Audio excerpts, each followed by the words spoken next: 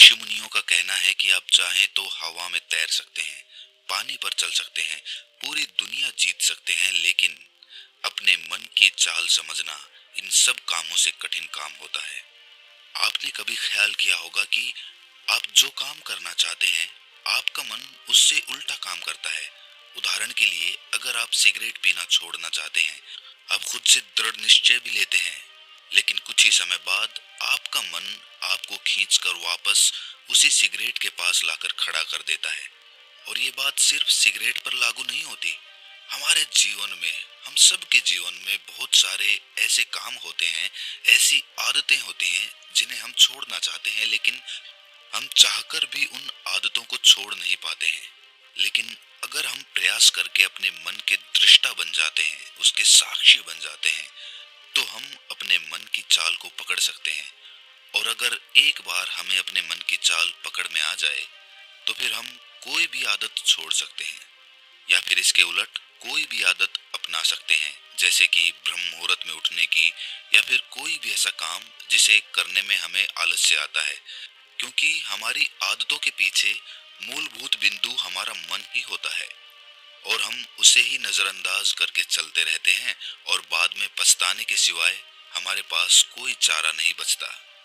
आज की जो बोध कहानी मैं आपको सुनाने जा रहा हूँ, उसमें आपको कुछ ऐसे तरीके पता चलेंगे जिससे कि आप अपने मन की चाल को भली भांति पकड़ सकते हैं, उसको जान सकते हैं, उसका निरीक्षण कर सकते हैं, और उसके बाद अपनी आदतों में बदलाव कर सकते हैं।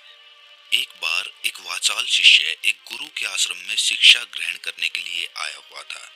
वो शिष्य अपने गुरु की बात कम सुनता था, लेकिन अपनी बात बताने में वो बहुत उत्सुक रहता था। एक दिन गुरु ध्यान पर चर्चा कर रहे थे। ध्यान किस प्रकार किया जाता है और ध्यान का क्या महत्व होता है, इसी पर चर्चा चल रही थी। आश्रम के सभी शिष्य मौन होकर अपने गुरु की बातों को सुन रहे थे। गुरु उनको समझा रहे थे कि आप किसी भी प्रकार का ध्यान करते हो, लेकिन ध्यान की गहराइयों में जाने के लिए आपको अपने मन के अंदर प्रेम जागृत करना होगा। ध्यान करते समय आपको निरंतर अपने मन का निरीक्षण करना होगा कि आपके मन के अंदर किस प्रकार के विचार आते हैं। गुरु अपनी बात पूरी कर पाते, इससे पहले ही वो वाचाल शिष्य बीच में ही बोल पड़ा। उसने कहा, गुरुजी, मैं बहुत दिनों से अपने मन का निरीक्षण कर रहा हूँ। मैं हर आने जाने वाले विचार को बड़ी गहराई से देखता हूँ, समझता हूँ, लेकिन उसके बावजूद मेरे मन की आदतों में कुछ बदलाव नहीं आ रहा है। मैं अक्सर सुबह देरी से उठता हूँ, और रोज रात को मैं यही सोचकर सोता हूँ कि मैं सुबह जल्दी उठूंगा, जल्दी उठकर ध्यान करूंगा, अपने मन का निरीक्षण करूंगा, लेकिन मैं ये कर नहीं पाता हूँ। मैंने अपने साथी शिष्यों से भी इस बारे में चर्चा की, लेकिन उनके पास भी इसका कोई जवाब नहीं है। इस आश्रम में कोई एक दूसरे से बात ही नहीं करना चाहता। सब लोग चुपचाप रहते हैं, कोई चर्चा नहीं होती। ऐसे हम अपने मन को कैसे समझ पाएंगे, उसका निरीक्षण कैसे कर पाएंगे? जब तक हम अपने मन के विचारों का, अपने मन की आदतों का एक दूसरे के सामने जिक्र नहीं करेंगे, उसकी चर्चा नहीं करेंगे, उस पर बहस नहीं करेंगे, तब तक हम चुप रहकर अपने मन को कैसे समझ पाएंगे? कृपया करके इन सभी शिष्यों को समझाने की कृपा करें कि कम से कम एक दूसरे से अपने मन की बात साझा तो करें। उनके मन में क्या विचार चलते हैं, ध्यान में उनके अंदर क्या बदलाव आता है, वो क्या महसूस करते हैं ध्यान करते वक्त। कम से कम आश्रम में इन बातों की तो चर्चा होनी चाहिए। गुरु ने उस वाचाल शिष्य से पूछा कि तुम दूसरों के मन की बात क्यों जानना चाहते हो? उससे तुम्हारा क्या फायदा होगा? क्या तुम्हें आत्मनिरीक्षण करने के लिए दूसरे के मन के विचार जानना जरूरी है? उनके मन में क्या चलता है, इससे तुम्हारा क्या फायदा होगा? क्या तुम मुझे इस बात का उत्तर दे सकते हो? वाचाल शिष्य ने अपने गुरु से इस प्रकार के उत्तर की अपेक्षा नहीं की थी। उसने सोचा कि बात तो गुरुजी ठीक कह रहे हैं, इससे मेरा क्या फायदा होगा? अगर मैं दूसरे के मन की बात जान भी लूंगा, या फिर दूसरों के सामने अपने मन की बात बता भी दूंगा, तो उससे मेरा क्या फायदा होगा? क्या मैं अपने मन को समझ पाऊंगा? वो वाचाल शिष्य अपने ही द्वारा किए गए प्रश्न में उलझ चुका था। उसके पास इसका कोई उत्तर नहीं था, लेकिन फिर भी उसने दूसरे शिष्यों के सामने अपनी बात को ऊंचा दिखाने के लिए गुरुजी से कहा कि गुरुजी, अगर हमें ये पता चल जाएगा कि दूसरे के मन में क्या विचार चलते हैं और उन विचारों का वो ध्यान में जाकर किस प्रकार निरीक्षण करते हैं, तो इससे तो हमें भी ध्यान लगाने में आसानी रहेगी। हम भी अपने ध्यान में उसी प्रकार अपने विचारों का निरीक्षण कर पाएंगे, अपने मन को समझ पाएंगे। क्या आपको नहीं लगता कि गहरा ध्यान लगाने के लिए किन बातों का ध्यान रखा जाए, किस प्रकार अपने मन का निरीक्षण किया जाए, इस बात की चर्चा करने से दूसरे शिष्यों का भी भला हो सकता है। गुरुजी ने उससे पूछा कि मान लो कोई शिष्य गहरा ध्यान लगा पाता है और अगर वो तुम्हें अपनी मनोदशा बता भी दे कि किस प्रकार वो अपने मन का निरीक्षण करता है, अपने विचारों का निरीक्षण करता है, तो तुम्हें क्या लगता है कि ये जानकर तुम भी गहरे ध्यान में उतर पाओगे? अगर तुम ऐसा सोच रहे हो तो मैं तुम्हें एक बात बता दूं कि तुम अपने ही मन के बनाए हुए जाल में खुद फंस जाओगे। अगर तुम्हें कोई ऐसी प्रक्रिया पता चल गई कि गहरे ध्यान में किस प्रकार प्रवेश किया जाता है, तो तुम्हारा मन उसी प्रक्रिया का अनुसरण करने की कोशिश करेगा। तुम वर्तमान में उपस्थित होकर अपनी मनोदशा नहीं समझ पाओगे, बल्कि तुम्हारा मन तो उस प्रक्रिया के विचारों में उलझा रहेगा। तुमने अपने मन को एक काम दे दिया करने के लिए और तुम्हारा मन उसी काम को करता रहेगा। तुम भी उस काम में सम्मिलित हो जाओगे। तो तुम अपने मन का निरीक्षण किस प्रकार कर पाओगे? क्योंकि तुम तो खुद अपने मन के साथ सम्मिलित हो गए। तुम तो खुद अपने मन के साथ एक हो गए। गुरुजी ने बताया कि तुम अपने मन को तभी समझ सकते हो जब तुम अपने मन से अलग हटकर अपने मन को देख पाओ, अपने मन की चाल को दूर से खड़े होकर समझ पाओ। जिस भी विषय को या जिस भी चीज को तुम्हें समझना हो, तुम्हें उसे अलग होकर देखना होगा। अगर तुम उसके साथ एक हो गए तो तुम उसको कभी नहीं समझ पाओगे। तुम उसके साथ सम्मिलित हो जाओगे। जिस प्रकार तुम अपने विचारों को समझने की कोशिश करते हो, लेकिन विचारों को समझते समझते तुम अपने ही विचारों में खो जाते हो। कभी अनुभव किया है तुमने? शिष्य ने हाँ में सर हिलाते हुए कहा कि गुरुजी, जब भी मैं अपने विचारों का निरीक्षण करने लगता हूँ तो ऐसा ही होता है। मैं अपने ही विचारों में खो जाता हूँ। कुछ समय बाद मुझे ध्यान में आता है कि मैं अपने विचारों का निरीक्षण कर रहा था। तो उसके बाद मैं फिर से अपने विचारों का दृष्टा बन जाता हूँ, उनका साक्षी बनने की कोशिश करने लगता हूँ। लेकिन कुछ समय बाद मैं फिर से अपने विचारों के साथ एक हो जाता हूँ। गुरुजी ने सभी शिष्यों को समझाते हुए कहा कि जिस प्रकार एक गुस्से से भरा हुआ आदमी कभी भी अपने गुस्से का निरीक्षण नहीं कर पाता, क्योंकि वो खुद अपने गुस्से के साथ एक हो जाता है। वो अपने गुस्से को ही अपना अस्तित्व मान लेता है और इसीलिए वो ये कभी नहीं देख पाता कि ये गुस्सा उसके मन को किस प्रकार प्रभावित कर रहा है, किस प्रकार ये गुस्सा उसके मन को दुखी कर जाएगा। वो कभी नहीं देख पाएगा, क्योंकि उसके पास वो कला नहीं है कि वो अपने गुस्से को अपने से अलग करके देख पाए। इसी चीज के लिए सारे अभ्यास बने हुए हैं, ताकि तुम सिर्फ एक दृष्टा, एक साक्षी बनकर सभी चीजों को उसके परिपूर्ण, उसके असली स्वरूप में देख पाओ। और जब तुम सभी चीजों का, सभी विचारों का असली स्वरूप देख लेते हो, तब तुम्हें उसकी अनित्यता पता चलती है। तब तुम्हें पता चलता है कि ये सब आने जाने वाली चीजें हैं, लेकिन चेतना, कॉन्शियसनेस, वो हमेशा इंसान के साथ रहती है। वो दृष्टा, वो साक्षी जो उसको देख रहा है, वो हमेशा जीवित रहता है। वो कभी नहीं मरता, वो नित्य है। और वही चेतना होती है। चेतना किसी भी चीज से कभी भी बंधी हुई नहीं होती। चेतना तुम्हारा होश है। दूसरी चीजों को उनके स्वरूप में देख पाने की कला तुम्हें तुम्हारी चेतना से ही मिलती है।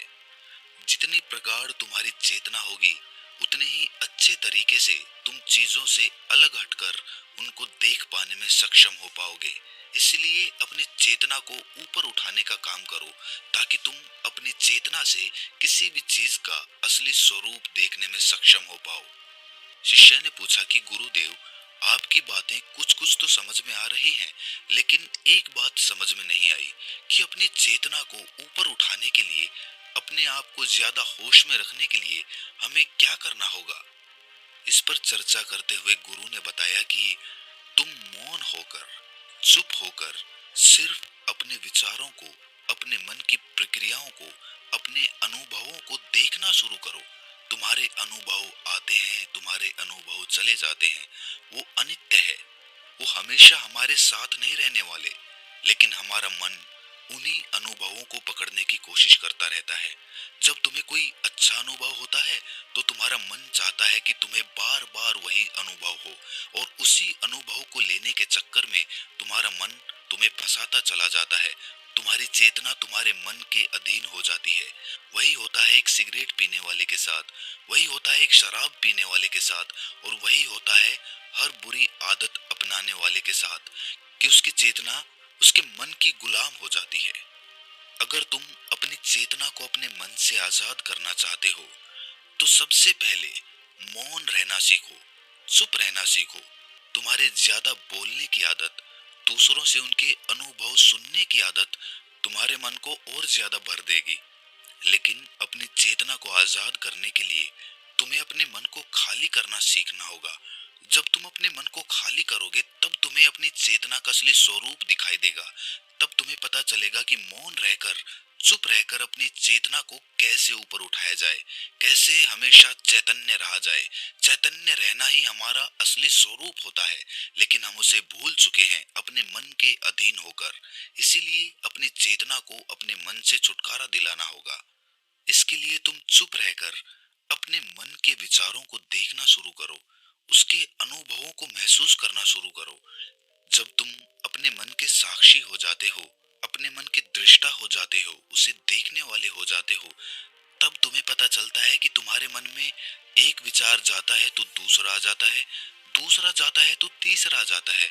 और इस प्रकार जिस तरह सड़क पर भीड़ चल रही होती है, लोगों का हुजूम चल रहा होता है, एक आदमी जाता है तो दूसरा आता है, दूसरा जाता है तो तीसरा आता है, उसी प्रकार हमारे मन की भूमि में अनेकों अनेक विचार आते और जाते रहते हैं।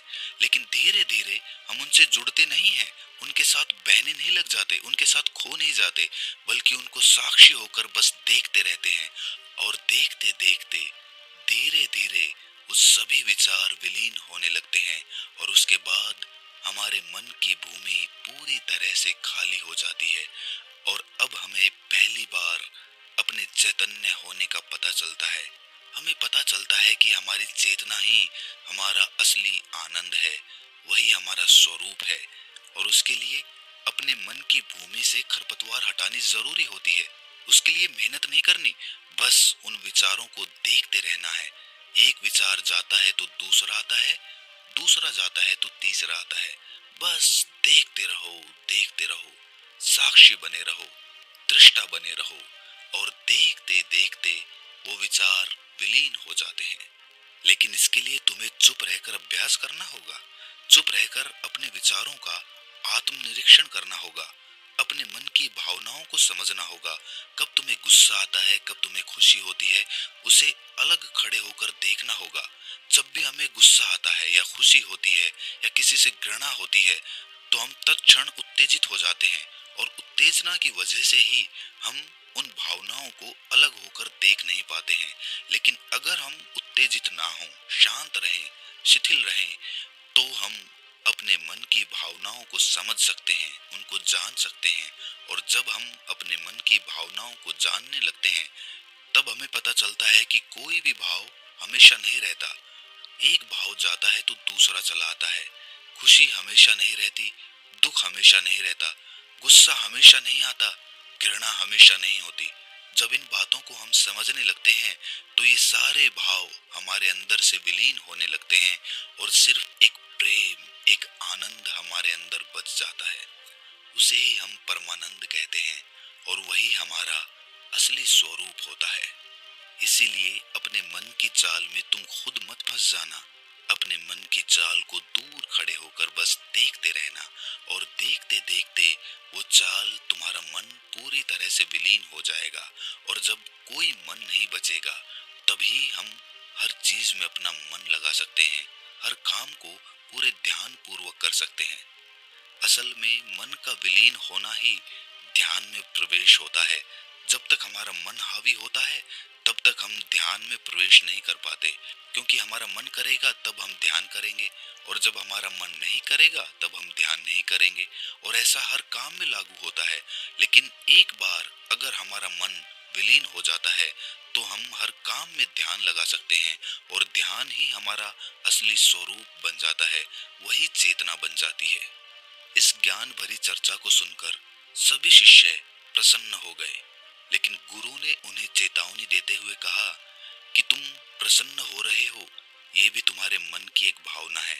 तुम्हें ये बातें सुनने में मजा आ रहा है, इसीलिए तुम प्रसन्न हो रहे हो, लेकिन ये बातें हमेशा कोई तुम्हें नहीं सुनाएगा और इसी वजह से तुम्हारा मन हमेशा प्रसन्न नहीं रह पाएगा। अगर तुम्हें असली आनंद की खोज करनी है, ऐसी प्रसन्नता हासिल करनी है जो कभी विलीन ना हो, तो तुम शांत होकर, मौन होकर, भावना रहित होकर अपने विचारों और अपनी भावनाओं को देखना शुरू करो। उसके बाद तुम्हें खुद ही महसूस होगा कि चेतना जो होती है वो शाश्वत होती है, वो कभी नहीं मरती और बाकी सभी चीजें अनित्य हैं, वो खत्म हो जाएंगी, वो मर जाएंगी, वो पीछे छूट जाएंगी। कोई भी चीज इस संसार में शाश्वत नहीं होती सिवाय हमारी चेतना के। जब हमारे प्राण छूटते हैं तो हमारे शरीर से सबसे पहले हमारी चेतना ही निकलती है, इसीलिए चेतना कभी नहीं मरती। गुरु ने सभी को निर्देश देते हुए कहा कि आज हम मौन रहकर अपने मन के विचारों और उसकी भावनाओं पर ध्यान लगाएंगे। ध्यान लगाएंगे, उसके साथ सम्मिलित नहीं होंगे, बस उसे दूर से खड़े होकर देखते रहेंगे। थोड़ा कठिन है, लेकिन अभ्यास करने से तुम इसमें पारंगत हो जाओगे। और इसके बाद गुरु ने सभी को ध्यान लगाने का संकेत किया। तो दोस्तों, कैसी लगी ये कहानी आपको? कमेंट सेक्शन में जरूर बताना, और अच्छी लगी हो तो इस चैनल को सब्सक्राइब करके नोटिफिकेशन बेल को जरूर प्रेस कर देना। तो मिलते हैं किसी अगली कहानी में, तब तक के लिए अपना ख्याल